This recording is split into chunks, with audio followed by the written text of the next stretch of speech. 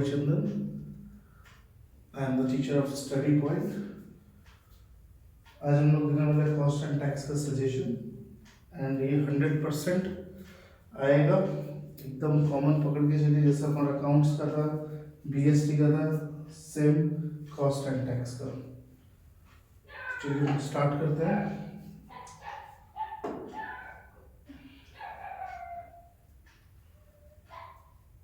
Overhead, the first chapter theoretical, जिसमें आने वाला कैसा क्वेश्चन है देख लीजिए। एक क्वेश्चन आएगा 2 मार्क्स का, एक क्वेश्चन आएगा 3 मार्क्स का, एक क्वेश्चन आएगा 5 मार्क्स का। ओवरऑल वेटेज यानी इस चैप्टर का हो गया, दैट इज 10 मार्क्स। अब 2 मार्क्स क्वेश्चन में क्या क्या इंपॉर्टेंस है? सबसे पहले what is meant by overhead, total of prime cost and overhead किसे कहते हैं? What is meant by indirect material? Give one example. Indirect material किसे कहते हैं? What is meant by indirect labor cost? Indirect labor cost किसे कहते हैं? Give 2 examples. इसके 2 examples हैं आपको। What is meant by indirect expense? Give one example. Indirect expense किसे कहते हैं? इसका क्या example है? What is meant by variable overhead? Variable overhead किसे कहते हैं? इसके 2 examples. What is meant by semi variable overhead? Semi variable यानी कुछ फिक्स है, कुछ वेरिएबल कॉस्ट है, इसको हम सेमी वेरिएबल ओवरहेड कहते हैं। ओवरहेड का मतलब क्या हो जाता है? खर्चा, ठीक है। What is meant by factory overhead? Give one example. Factory overhead किसे कहते हैं? इसके एक एग्जांपल दे दीजिए। Water production departments and service department, give one example of each. Production department and service department किसे कहते हैं? इसका एक एग्जांपल दीजिए। अच्छा, इस वीडियो में ये भी बता दूं मैं कि अगर आप हमारे संग जुड़ना चाहते हैं तो आप हमारे ऑनलाइन या ऑफलाइन क्लासेस में कांटेक्ट कर सकते हैं, दैट इज द नंबर। इस नंबर पर आप कांटेक्ट कर सकते हैं अगर आपको हमारे संग ऑनलाइन या ऑफलाइन जुड़ना है। अच्छा, इसके संग मैं आपको व्हाट्सएप नंबर भी अपना शेयर करूंगा, जहाँ पे आप मेरे को जस्ट हाई लिख के भेजोगे और अपना बता दोगे कि आपको किस लैंग्वेज में पीडीएफ चाहिए। अगर आपको इंग्लिश में चाहिए तो इंग्लिश में पीडीएफ अवेलेबल है, अगर आपको हिंदी में चाहिए तो हिंदी में पीडीएफ अवेलेबल है, अगर आपको बंगाली में चाहिए तो बंगाली में भी पीडीएफ अवेलेबल है। अब जस्ट मुझे हाई लिखकर अपना लैंग्वेज सजेस्ट कर दीजिएगा, मैं आपको शेयर कर दूंगा। और ये सब कुछ फ्री है। मैं बहुत जल्दी टेलीग्राम कम्युनिटी में भी इस अपने चैनल को जोड़ दूंगा, जिससे आपको वहां पे हर अपडेट्स मिलता जाएगा। चलिए let's continue. 3 marks question, that is 3 marks में classify overhead on the basis of elements and give 2 examples of each. Overhead को क्लासिफाई करना एलिमेंट्स के बेसिक पे और 2 examples we need to give. Classify overhead on the basis of function, पहले elements के हिसाब से क्लासिफाई करना है, उसके बाद फंक्शन के हिसाब से क्लासिफाई करना है और गिव 2 एग्जांपल्स। आपके मन में क्वेश्चन आ सकता है कि सर क्लासिफाई करेंगे बेसिस ऑफ फंक्शन में कितना पॉइंट लिखेंगे? ऑलरेडी तो 2 एग्जांपल्स है, तो 2 एग्जांपल इज फॉर 1 मार्क्स और basis of function is for 2 marks. अब आपके मन में फिर यहाँ पे एक सवाल आ जाएगा, sir variable overhead and give 2 example, ये 2 मार्क्स का क्वेश्चन है, ये 1 मार्क्स और वेरिएबल ओवरहेड आप जो लिखोगे दैट इज 1 मार्क्स। आपको यहाँ पे उतना एक्सप्लेनेटरी फॉर्म में नहीं जाना है, यहाँ पे आपको ब्रीफ फॉर्म में इसको समझा देना है। ओवरहेड्स को बेसिस ऑफ बिहेवियर और उसके 2 एग्जांपल्स बताने हैं। 5 मार्क्स के क्वेश्चन में चले जाते हैं। Right the difference between fixed overhead and variable overhead. Fixed overhead किसे कहते हैं एंड वेरिएबल ओवरहेड किसे कहते हैं? Differences between prime cost and overhead. Prime cost and overhead के बीच में क्या डिफरेंसेस है? Differences between blanket rate and multiple rate of overhead distribution. Blanket rate किसे कहते हैं and multiple head of distribution किसे कहते हैं? Discuss the sources of collection of overhead information. क्या क्या सोर्सेज है ओवरहेड इंफॉर्मेशन कलेक्ट करने के? तो चलिए, जैसे मैंने कहा मैं अपना व्हाट्सएप नंबर आपको शेयर करूंगा, शेयर कर देता हूँ 7980729616। इस नंबर पे आपको, जैसे मैंने प्रीवियसली कहा, हाई लिख कर अपना लैंग्वेज, इंग्लिश अगर इंग्लिश में चाहिए आपको पीडीएफ, हिंदी अगर हिंदी में आपको चाहिए पीडीएफ, बंगाली अगर आपको बंगाली में चाहिए पीडीएफ, तो आपको जस्ट लिखना है। और ये टोटली फ्री ऑफ कॉस्ट है, आपको सारा का सारा जिस लैंग्वेज में आपको चाहिए उसमें आपको मिल जाएगा। चलिए बढ़ते हैं मेथड्स ऑफ रेम्यूनरेशन। अच्छा, इसका वेटेज कैसा है?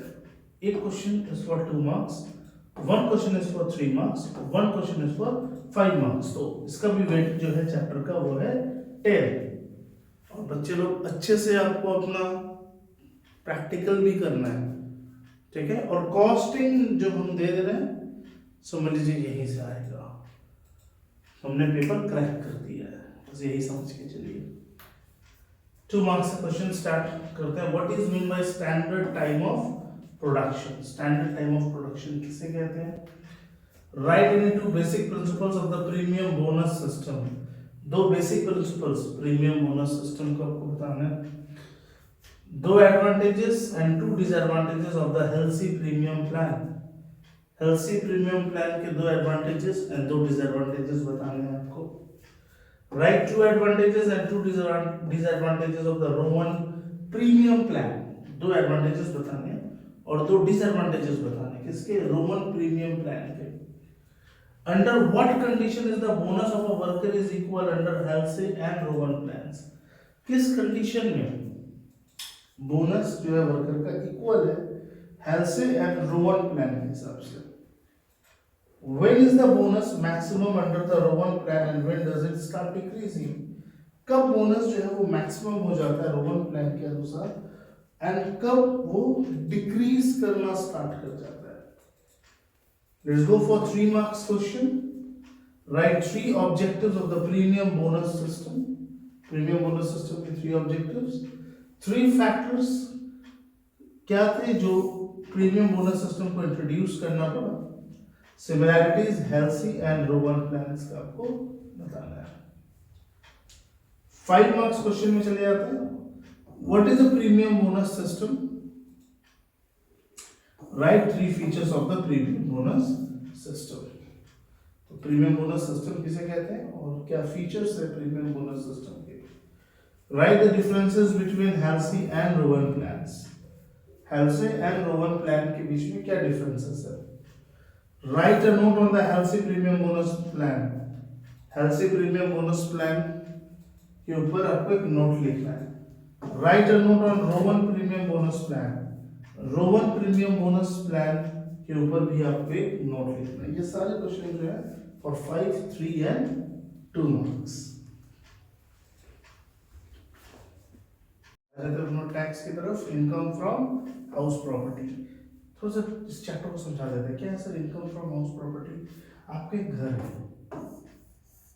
ठीक है, इस घर को आपने रेंट पे लगा लिया है और इससे आपका इनकम जनरेट होता है, तो इस पे आपको टैक्स देना पड़ेगा क्या? नहीं सर, इसमें आपको टैक्स नहीं देना पड़ेगा।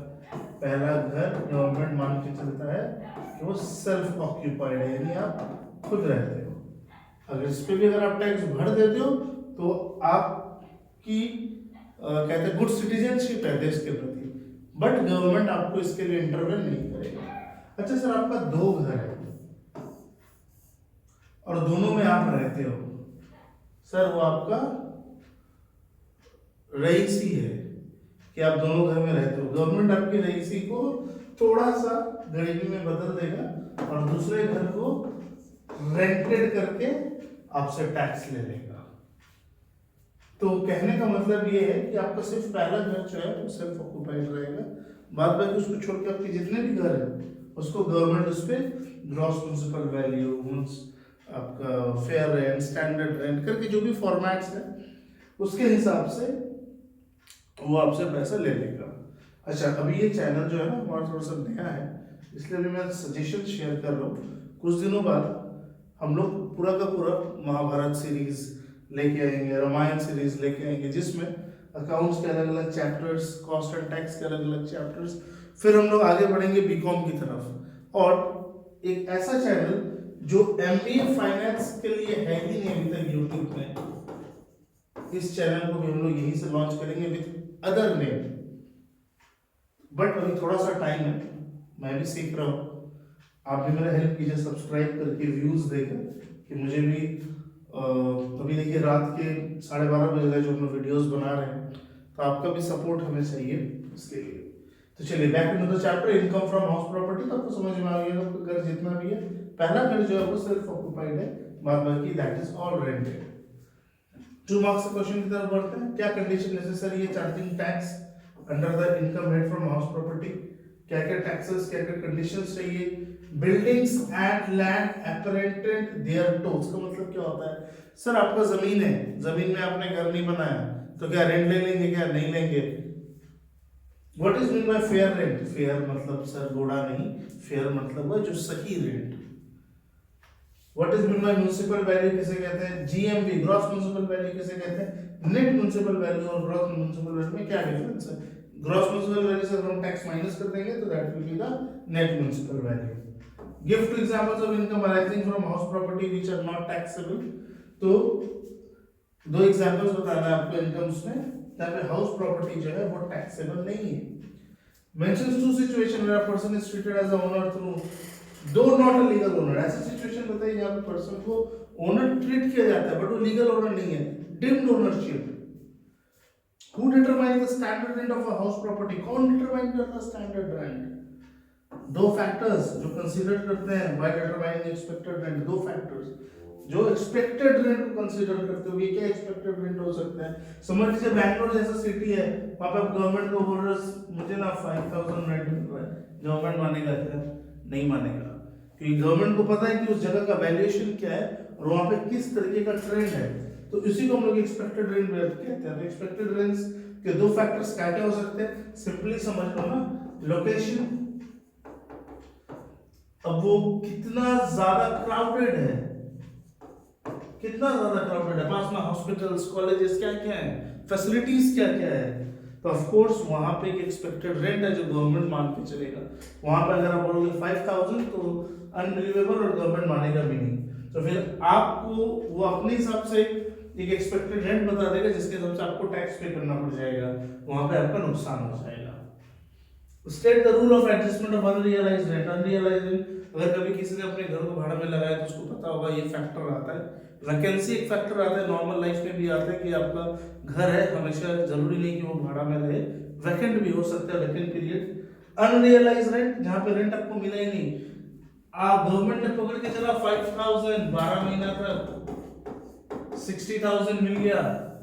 अरे सर 12 महीना तो था ही नहीं ना, 1 महीना तक तुमको कस्टमर ढूंढने में लग गया, तो ये 11 महीना हो गया। 11 महीने में ये बंदा ने 2 महीने का पैसा ही नहीं दिया अभी तक, तो एक्चुअली में कितना हो गया? 9 मंथ। ये गवर्नमेंट को पीरियड ऑफ हाउस प्रॉपर्टी। उसके बाद बढ़ते हैं when does income from the house property becomes negative. Income from house property कब नेगेटिव हो जाता है? 3 मार्क्स क्वेश्चन की तरफ बढ़ते हैं। Under section 27 in which special case is treated as the deemed owner through not a legal owner? Already हमने 2 marks के क्वेश्चन में ये पढ़ा है, बस इसको हमने सेक्शन 27 के संग डाला है 3 मार्क्स करके। Briefly discuss the taxability of income from house property situated outside India. हमें ब्रीफली डिस्कस करना टैक्सेबिलिटी किसका? इनकम फ्रॉम हाउस प्रॉपर्टी का जो सिचुएटेड है इंडिया के बाहर। What is mean by municipal tax and water and sewage tax? Municipal tax किसे कहते हैं, वाटर एंड सीवेज टैक्स किसे कहते हैं? ब्रीफली हमें रूल्स के साथ इसको डिटरमाइन करना है। Mention 3 expenses for which deduction is not allowed under section 24B। 3 expenses बताना है जहां पे डिडक्शन अलाउड नहीं है सेक्शन 24B के अनुसार। What will be the tax treatment of unrealized or arrear rent when received? Sir arrear rent या unrealized rent तो ऑलरेडी आपने बता दिया था कि रियलाइज नहीं हुआ, हमने गवर्नमेंट को नहीं दिया, बट अगर रिसीव हो जाए जो ड्यू रेंट है फिर उसका टैक्स ट्रीटमेंट क्या होने वाला है? 5 मार्क्स क्वेश्चन की तरफ बढ़ते हैं। Discuss the conditions for the deduction of interest on loan taken for purchase और construction of a let out house property. क्या क्या कंडीशंस है डिडक्शन पे जब इंटरेस्ट ऑन लोन हम लेते हैं, परचेज करते हैं, कंस्ट्रक्शन करते हैं, जब हमारा लेट आउट हाउस प्रॉपर्टी का है और प्रॉपर्टी को लेट आउट कर दे, रेंट में दे दे। Discuss the discussion available from net annual value. क्या क्या डिडक्शन अवेलेबल होता है नेट एनुअल वैल्यू से?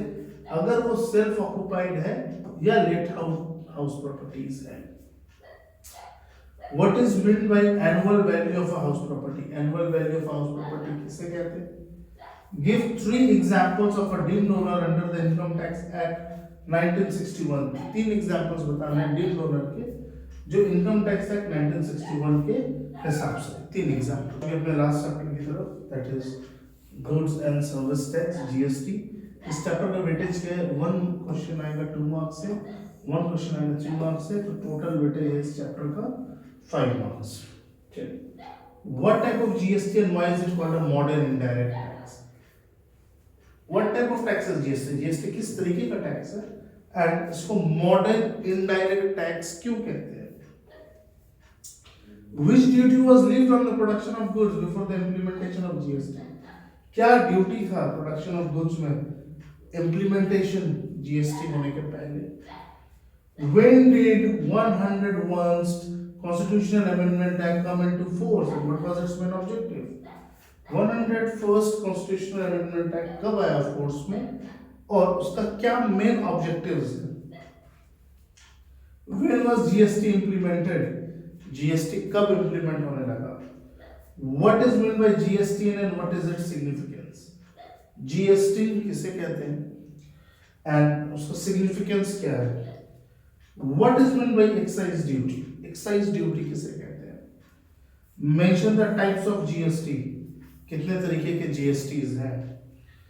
On whom does the liability of excise duty fall? किसमें excise duty का जो liability है वो गिर जाता है, fall करता है। Name 2 goods on which excise duty is still levied even after the implementation of GST. 2 goods बताना है जिसमें excise duty जो है अभी भी लिया जाता है GST implement होने के बाद भी। What is meant by value added tax? VAT किसे कहते हैं? Value added tax किसे कहते हैं? Name 2 goods on which VAT is levied even after GST. 2 goods बताना है जिसमें VAT लिफ्ट किया जाता है GST के बाद भी। What is meant by custom duty? Custom duty हम किसे कहते हैं? तो गाइस हमारा वीडियो यहीं पे कंप्लीट होता है। लाइक, शेयर एंड सब्सक्राइब कीजिएगा। चैनल में जो नए आए हैं उसको फॉलो करना अपने अपडेट्स को। अभी तो चलिए थोड़ा हल्का अपडेट्स आ रहे हैं, फिर अपडेट ज़्यादा आने लगेंगे, हम भी ज़्यादा टाइम देने लगेंगे और ज़्यादा वीडियो बनाने लगेंगे आप लोगों के लिए। और एक चीज़ एक्चुअली में जो कंसेप्ट है कि ऑनलाइन एंड ऑफलाइन, तो लोग ऑनलाइन से ऑफलाइन में आते हैं अपने आप को प्रमोट कर एडवर्टाइज करके। ऐसा मेरे साथ नहीं है, मैं ऑलरेडी ऑफलाइन ही पढ़ाता हूँ, अब थोड़ा ऑनलाइन आया हूँ, तो मेरा सन जो है वो ऑपोजिट है। तो प्लीज़ आपका सपोर्ट बनाए रखिएगा। आस्ते आस्ते हम लोग और ज़्यादा प्रोफेशनल होते चले जाएंगे, इसमें और भी ज़्यादा इक्विपमेंट्स लेते हुए आएंगे जिससे हमारा वीडियो और ज़्यादा अच्छा लगे आपको।